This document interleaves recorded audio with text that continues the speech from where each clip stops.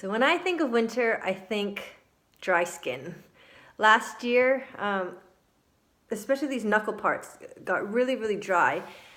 So as a, I guess, kind of immediate relief from all that, I'm just like scratching it. And then I'll just run it under water as hot as I can stand, so it just like burns it. And in the moment, it does feel good, but the long-term results were worse than what I started with. They started cracking open and bleeding, and actually really, really hurt. So yeah, the end result was bad.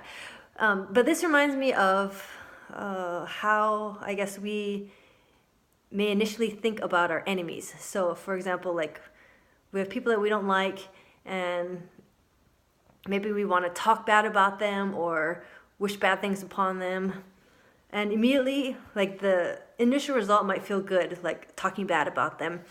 But really in the long term, it's doing no good. It's actually worse. So I want to read something in the Bible, Matthew 5, verse 43 to 48.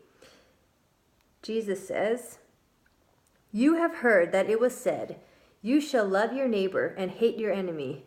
But I say to you, love your enemies, bless those who curse you, do good to those who hate you, and pray for those who spitefully use you and persecute you, that you may be sons of your Father in heaven. For he makes his sun rise on the evil and on the good, and sends rain on the just and on the unjust. For if you love those who love you, what reward have you? Do not even the tax collectors do the same? And if you greet your brethren only, what do you do more than others? Do not even the tax collectors do so?